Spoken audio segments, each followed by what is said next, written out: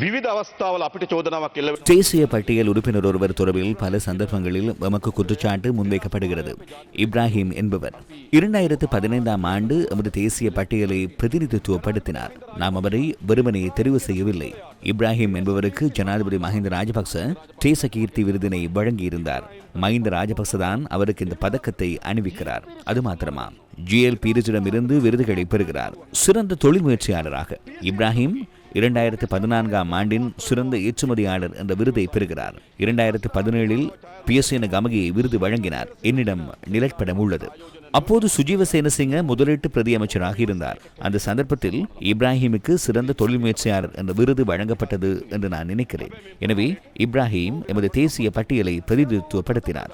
ஆனால் அவரது பிள்ளைகள் இந்த தாக்குதலில் ஈடுபட்டுள்ளனர். அதற்கமைய அவர் கைது செய்யப்பட்டுள்ளார். கைது செய்யப்பட்ட பின்னர் அவர் 9 மாதங்கள் குற்றப்புலனாய்வு பிரிவில் தடுத்து வைக்கப்பட்டு விசாரிக்கப்பட்டார்.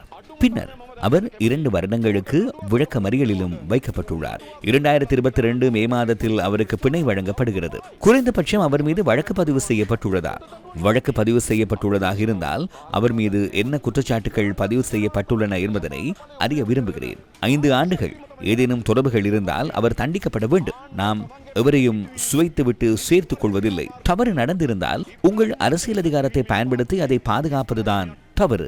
எனவே அரசாங்க தரப்பில் இருந்து எடுக்க வேண்டிய முறையான நடவடிக்கைகளை எடுக்காமல் இப்ராஹிம் என்ற பெயரை மாத்திரம் சபிப்பதில் எந்த அர்த்தமும் இல்லை. இப்ராஹிம் என்பவர் மஹிந்த ராஜபக்சவிடமிருந்து தேச கீர்த்தி விருதை பெற்றவராவார்.